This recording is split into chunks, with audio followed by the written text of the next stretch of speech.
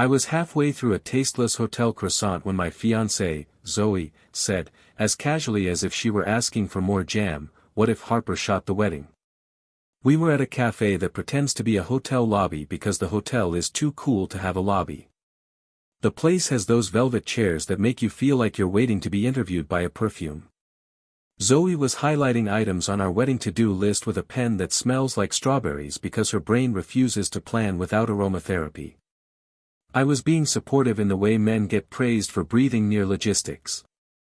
I looked up, assumed Harper was some influencer photographer she followed, and said, "If their availability and price make sense, I'm in." She bit her lip, the way she does when she's choosing between a small risk and a bigger one, and said, "Harper is my ex." I stared at her like the word had come with its own echo. "Your ex, who is also a photographer?" "She's really good," Zoe said, quick, like a dog scooting past a spilled trash can. "And we're on decent terms now. She shot my cousin's engagement party last year and those pictures made everyone cry. She also knows my family, which would help." I was going to bring it up later, after coffee, but I didn't want to be weird about it. I nodded like nodding was a profession. Every cell in my body wrote an email to HR, "So your ex," I said gently, "would be at our wedding, aiming a camera at our faces for 8 hours. Not just at our faces," she said, trying for lightness and landing somewhere near meteorology. "Like, at the cake. At the sunset. At your grandma hugging your nephew." "Right," I said. "But also our faces. And your face. And her face. And my face reacting to your face reacting to her face." Zoe reached across the table and put her hand on mine with the kind of confidence that makes you forgive all future crimes. "If you hate it, we won't do it." I just thought about it when I saw the email from someone else quoting us a number that could feed a small orchestra for a year. "And Harper's work is beautiful, Nathan. She's professional. She's moved on. I've moved on. You're my person." The cafe speaker chose this moment to play a bossa nova cover of a song about cheating, which felt on the nose even for the universe.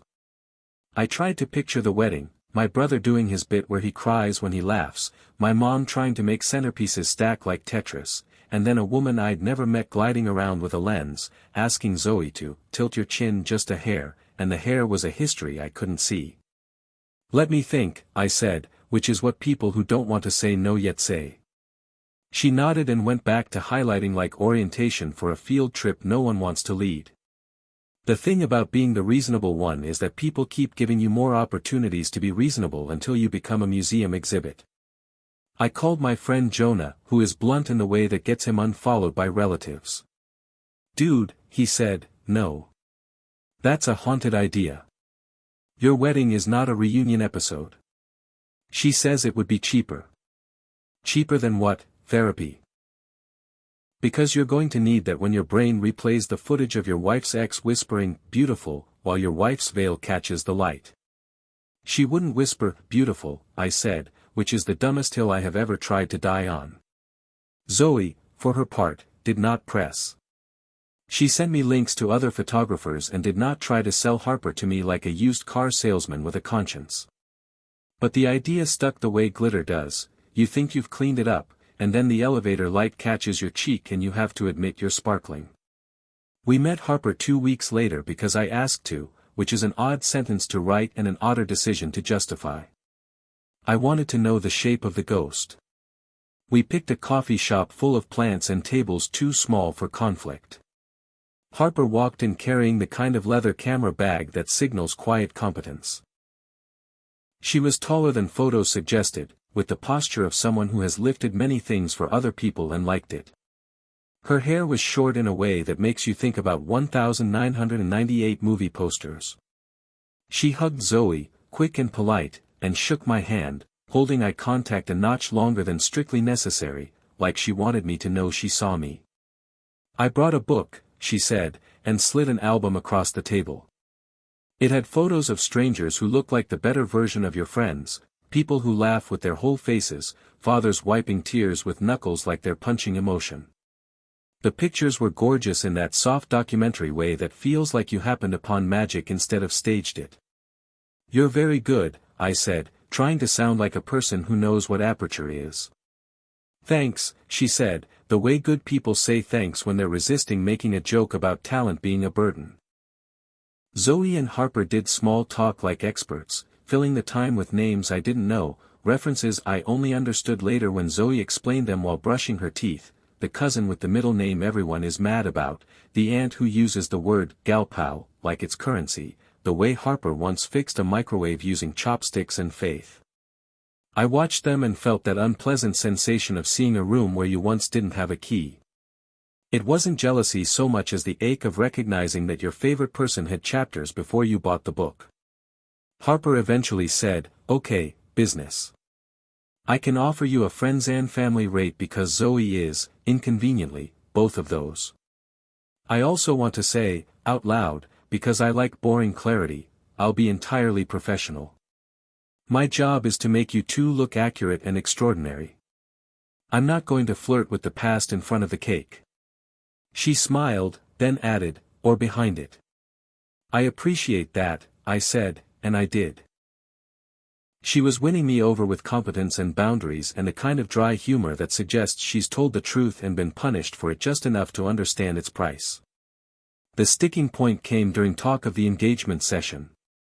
"The more natural the location is to you, the better," Harper said. "Somewhere you've had a real conversation. I like to shoot where people have history." Zoe said, "Too fast, there's that pier by the old bookstore, the one with the green bench," and Harper said, equally fast, "Oh my God, the light there," and I said, slower than both of them, "I've never been to that pier." Silence descended in a friendly way, like a cat that wants to sit on your keyboard but loves you enough to perch on the arm of the chair first. "We can pick anywhere," Harper said, immediately backpedaling, professional brain whirring. "There's a park by your new place." "No," Zoe said, cheeks bright, looking at me and only me. "We should pick somewhere we've been together." She listed places: our kitchen at golden hour where the plant on the sill pretends it understands scripture, the hill we climbed to prove to our lungs that we still live in bodies, the ferry where we built a ritual of fries and not talking. Harper nodded. "Let's do the ferry," she said. "Light on water makes everyone poetic whether they deserve it or not." The day of the shoot, Harper moved around us like a good ghost, narrating just enough to make you forget your limbs. Nathan, chin slightly down. "Zoe, you've got that pretend we're in a movie face, keep it, it's perfect." At one point she told us not to look at her, to look at each other like one of us had just said the thing the other had been waiting to hear. I tried to think of something new and true. "Your laugh saves me," I said, "because I am corny and I am in love and I am, unfortunately, me." Zoe laughed the laugh that saves me and Harper clicked and said, "There it is." When we looked at the proofs later that week, I had to admit Harper had caught us the way we wish strangers would see us, our good angles holding hands with our bad ones, our shadows polite about not interrupting. Zoe cried twice and said, "I look like the person I want to be," and I kissed her hair and thought about how many people had been that for Harper before me. I wanted to be done worrying. I wanted to move on to napkin rings, which I do not care about but which Zoe cares about with a fervor usually reserved for justice. But worry is a hobby that pays in nothing, and I am a collector. I started imagining wedding day moments as if they were surveillance footage, Harper in a soft shoulder jacket, smiling encouragement at Zoe, tucking a loose strand of hair behind her ear because that's what professionals do, pausing at the doorway after the ceremony, looking like a person who has opinions about the way history should be lit. "Do we need this?" I asked Zoe one night while assembling favors like a factory that ran on podcasts. "Do we need the complicated kind of beautiful when we could have the simple kind of good?" "We need the version of the day you don't regret," she said, "which is why I'm marrying her even when she is wrong. Harper is part of my past. You're my present and future. If she helps us get pictures where you stop hating your left side, I call that a team effort." "Who said I hate my left side?" "You did, with your entire soul." I made a list of questions to guardrail myself. Would I be okay with a heterosexual ex? Yes, because the dynamic is different but still weird. Would I be okay with an ex who's a caterer? Yes, because food doesn't whisper. Would I be okay with an ex who's our officiant? Hard no. I'm not trying to be baptized in someone else's memory. Ultimately, I landed on the truth. I was okay with an ex who behaved like a vendor and a stranger on a work day. I was not okay with an ex who behaved like a co-author of the story I was trying to write. So we set rules, because love without rules is improv with high stakes. Zoe wrote them on a post-it with that strawberry pen, no inside jokes. No personal reminiscing. No, remember when. If Harper needs time alone with me for portraits, Nathan is welcome or a bridesmaid is present. If anyone feels weird, we say it immediately and fix it without deciding the entire future. We stuck the post-it on the fridge next to the magnet shaped like a chicken that says, "Winner winner," because our home likes mixed metaphors. The rehearsal dinner made me naively confident. Harper came to scout the venue and I watched her move like a professional problem solver, paying attention to outlets, to the angle of the sun at exactly the time our timeline says, walk, cry, kiss. She was all business. She nodded at me like we were co-workers in a high-functioning department. During toast practice, my brother bombed with a joke about my hairline and Harper laughed politely, the laugh of someone who enjoys good manners. When I went to leave, she stopped me and said, "Nathan," in that careful tone she uses when asking someone not to bend at the waist for the rest of their life, "If I get too familiar, tell me immediately. I have bad instincts about being useful, and bad instincts about being familiar. I will choose useful." "Thank you," I said, and meant it. "And if I get weird, remind me I said yes to this." She held out her hand like we were signing a treaty. We shook.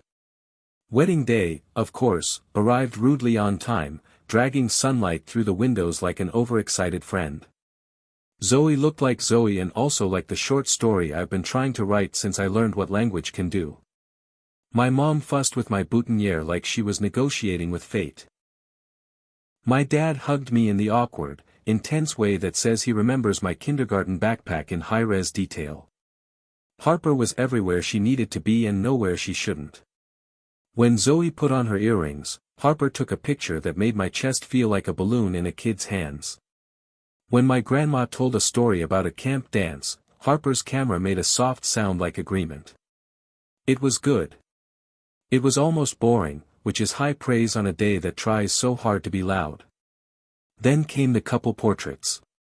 We'd scheduled them in the garden behind the venue, a place with trees that bend like they've been listening to vows for 100 years.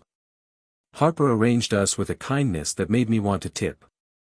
"Nathan, hold her hand but relax your shoulder. Zoe, lean like you believe he will not drop you." Zoe leaned like she had signed a contract with gravity. We took a breath together. It was fine and then it wasn't. Harper, perhaps drunk on prettiness the way artists get, said, "Z, tilt your chin the way you do when you laugh at a bad joke." "Yes, that, and can you do that look you do when, actually, never mind." It was nothing. A tiny thing. A little shard of past in a brand new cake. Zoe's face did a twitch, a microcloud. My stomach hit the emergency brake. "What look?" I asked, too quickly, the way you ask a magician to repeat the trick while you count their fingers. Harper opened her mouth and then shut it, the rare time I've seen confidence put itself in timeout. "Sorry," she said. Muscle memory sentence. Not relevant. Zoe said, softly, to both of us, the look I do when a joke is almost funny. Harper nodded. "That one." She stepped back. "I'm resetting. Thank you for the nudge." The next few minutes were filled with good shots and worse adrenaline. Zoe squeezed my hand as if I were the flight attendant and she was the turbulence. When Harper asked me to kiss Zoe's temple, I did it like a man taking instructions at a cooking class he didn't sign up for. Finally it was done. We went back inside to the noise and the food and the wedding, the capital W thing that doesn't care who took which picture because it is busy making relatives cry. The images, when they came, were stunning. Harper delivered them in a gallery that made me understand what people mean when they say curation. Still, there was one surprise. Among the candids was a shot of Zoe adjusting her veil alone in the mirror, almost profile, a softness in her eyes I'd never seen quite like that. It was beautiful and also, to me, too intimate. I didn't want the mirror to have seen that without me in the frame. I did the least mature thing I have done all year and closed the laptop. "You okay?" Zoe asked from the couch, hearing me not breathe. "Yes," I lied. She raised an eyebrow with graduate-level skepticism. "Which picture?" I told her. She looked. She smiled like she'd found a seashell and then put it back on the beach. "It's just a picture," she said gently. "It's you in the room, behind me, whether you were physically there or not. It's me on the day I married you, looking at me and liking what I saw. That's not Harper's memory. That's mine, and ours." "I know," I said, and I did, eventually. It took 30 minutes to walk around the block and let my brain remember that love is not a zero-sum math where presence gets assigned points. After we posted a handful, curated to look effortless and actually debated like the UN, my phone buzzed with a text from a number Zoe had labeled, "Harper, work." It said, "If any image feels like it belongs to a past version of your story, I'll pull it. You don't owe me an explanation. You only owe your future. There are sentences that know how to sit down next to you without crowding." That was one. I wrote back, "Thank you. We're good. You did your job perfectly," which is infuriating. Harper sent a photo from the wedding of my uncle dancing with a toddler, both of them looking at their shoes like their feet were surprising. She wrote, "This is my favorite. Feet doing their own vows." I laughed, and the laugh did not have bones of jealousy in it anymore. The aftermath wasn't dramatic because the drama had been carefully kept out of frame. What I have now, months later, when people ask if I would recommend hiring an ex as a wedding vendor, is a boring, useful answer. You can do a hard thing well if you name exactly what it is and refuse to pretend it's anything else. We made rules. We kept them. We didn't let nostalgia sit at the head table. We let competence do what competence does. And whenever the past tried to say, "Remember me," we said, "We do, but we have a future scheduled. Please leave a message at the beep." At brunch last Sunday, Zoe scrolled through the album and landed on a shot of us leaving the venue, everyone's faces soft and drunk on joy. Confetti hangs in the air like punctuation. My hand is on her back, my face doing the very uncool expression of a man who has been handed the only comic book issue he ever wanted. "We look like we're walking into something," she said. "We are," I said, because sometimes the obvious is a gift. On the wall above our table was one of those frames with sample wedding photos for people who forgot to bring their own. The smiling strangers looked correct and generic. Our pictures look like us, which is to say, a little messy, a little earnest, full of things we'll forget and things we'll tell our kids were planned. Harper captured that. Zoe chose that. I said yes to that and no to everything around it that wanted to audition for a part. We sent Harper a thank you card with a photo of my grandma and the toddler, because my grandma wanted to see herself holding a small human in the paper way. I wrote, "Thank you for being a professional in a room that used to be a heart." Harper wrote back, "Thank you for choosing your present tense." She also sent a list of recommended printers and the kind of note freelancers write when they hope you book them for something less personally charged one day. Sometimes, when I'm washing dishes and the light hits the faucet like it's trying out for a Harlequin cover, I think about how terrifying it is that love requires you to keep signing up for clarity when cleverness is so available. I think about my younger self who would have tried to win by being chill, and how I'm so grateful to be old enough to understand that calm is different than silence. I think about Zoe's post-it on the fridge and our vows that had jokes in them because we are incapable of being solemn for longer than 40 seconds. I think about how grateful I am that when I said, "I'm worried," Zoe didn't call me jealous, she called me honest, and how I want to be that person for her when her brain invents ghosts. Our wedding day was beautiful. Not because the napkin rings matched the flowers or because my brother nailed his speech on the second try. It was beautiful because we designed it like a house we would actually live in. It had doors that locked and windows that opened and a camera that was invited to see but not to speak. And in the middle of it, we stood next to each other and said yes. The pictures remind me of that. Not Harper. Not an ex-us. And every time someone says, "Who did your photos?" I say the name of a professional who once dated my wife, and then I say the name that matters more. Mine, said with pride, because she chose it, and the rest of it can be a story we tell later, when the dishes are done, when the light is kind, when we are already sure.